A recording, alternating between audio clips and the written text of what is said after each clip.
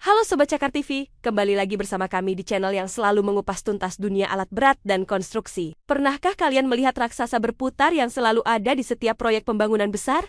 Ya, truk molen semen. Kendaraan ikonik ini seolah menjadi tulang punggung konstruksi modern. Tapi, pernahkah kalian bertanya-tanya, bagaimana sih sejarahnya? Dari mana asal-usul monster pengaduk beton ini? Nah, di episode kali ini, kita akan melakukan perjalanan waktu untuk menelusuri sejarah truk molen semen. Dari ide sederhananya, hingga menjadi mesin canggih seperti yang kita kenal sekarang.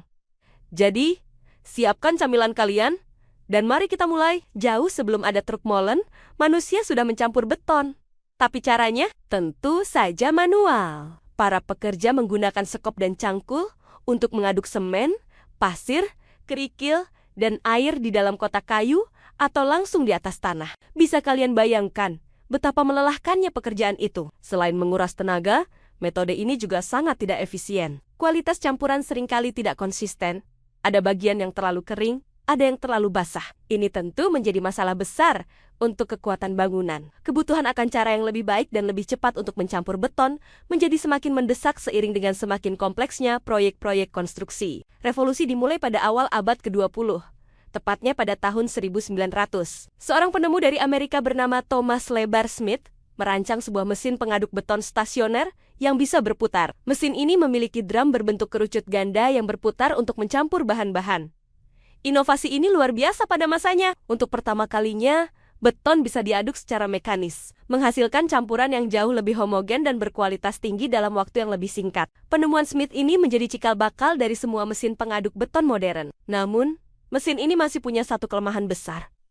Ia stasioner, alias tidak bisa bergerak. Beton yang sudah jadi harus diangkut lagi menggunakan gerobak dorong atau wadah lain ke lokasi pengecoran. Ini masih memakan waktu dan berisiko, membuat beton mulai mengeras sebelum sampai tujuan. Lalu, muncullah ide brilian, bagaimana jika mesin pengaduk ini dipasang langsung di atas sebuah kendaraan? Dengan begitu, beton bisa dicampur sambil diangkut. Ide ini mulai diwujudkan pada tahun 1916 oleh Stephen Stepanian, seorang imigran Armenia di Columbus, Ohio. Stepanian mengajukan paten untuk sebuah mixer transit bermotor. Desainnya pada dasarnya adalah drum pengaduk yang dipasang di sasis truk. Ini adalah konsep revolusioner yang menjadi dasar dari truk molen yang kita kenal hari ini. Namun sayangnya, pada saat itu, kantor paten Amerika menolak pengajuannya. Mereka meragukan apakah sasis truk bisa menahan beban berat drum yang berputar dan berisi beton basah. Mereka juga khawatir getaran dari mesin akan merusak kendaraan. Meskipun paten pertamanya ditolak,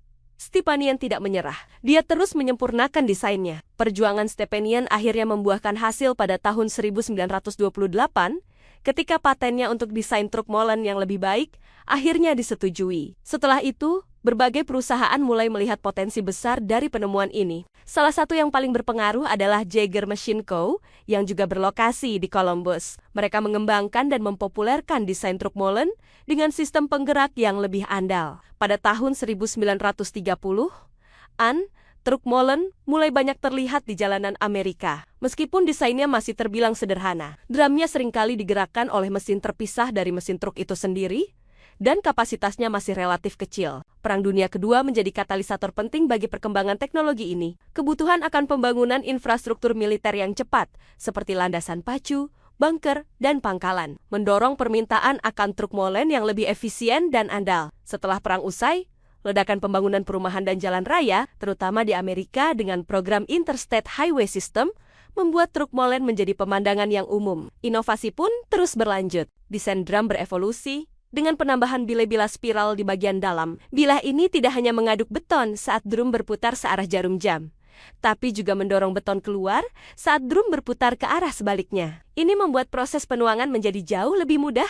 dan terkontrol. Di era modern, truk molen telah bertransformasi menjadi mesin yang sangat canggih. Kapasitas drumnya kini jauh lebih besar, mampu membawa hingga 10 meter kubik beton atau lebih. Sistem penggeraknya pun semakin canggih. Jika dulu drum digerakkan oleh mesin terpisah, kini banyak truk molen menggunakan sistem hidrolik yang ditenagai langsung oleh mesin truk, atau yang dikenal sebagai sistem PTO Power Takeoff. Ini membuat operasi menjadi lebih efisien dan hemat bahan bakar. Selain itu, material yang digunakan juga berkembang. Drum kini dibuat dari baja khusus yang tahan abrasi untuk memperpanjang umur pakainya. Beberapa bahkan dilengkapi dengan lapisan khusus untuk mencegah beton menempel. Tidak hanya soal mesin, teknologi digital juga sudah merambah dunia truk molen. Banyak armada truk molen modern kini dilengkapi dengan sistem GPS dan telematika. Ini memungkinkan perusahaan untuk melacak lokasi setiap truk secara real-time, memantau status pengiriman, dan mengoptimalkan rute. Pengemudi juga bisa berkomunikasi langsung dengan pabrik pengolahan beton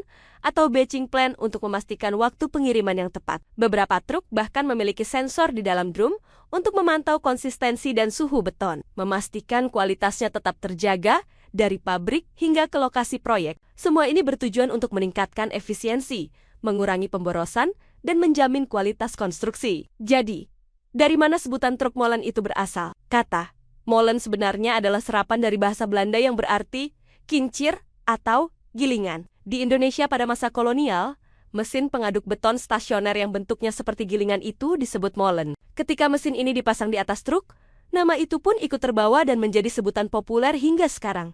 Truk molen, sebuah nama yang unik dan sangat melekat di telinga masyarakat Indonesia. Kini, truk molen semen bukan lagi sekadar alat, tapi simbol kemajuan. Kehadirannya di sebuah lokasi adalah pertanda bahwa pembangunan sedang berlangsung, bahwa sebuah kota sedang tumbuh. Dari sekop dan cangkul hingga mesin putar stasioner, lalu menjadi raksasa jalanan yang dikendalikan secara digital. Perjalanan truk molen adalah cerminan dari kecerdasan dan inovasi manusia dalam membangun peradaban. Tanpa kendaraan ini, gedung-gedung pencakar langit, jembatan-jembatan megah, dan jalan-jalan tol yang kita nikmati hari ini mungkin tidak akan pernah terwujud secepat dan sekuat sekarang. Itulah tadi perjalanan panjang sejarah truk molen semen.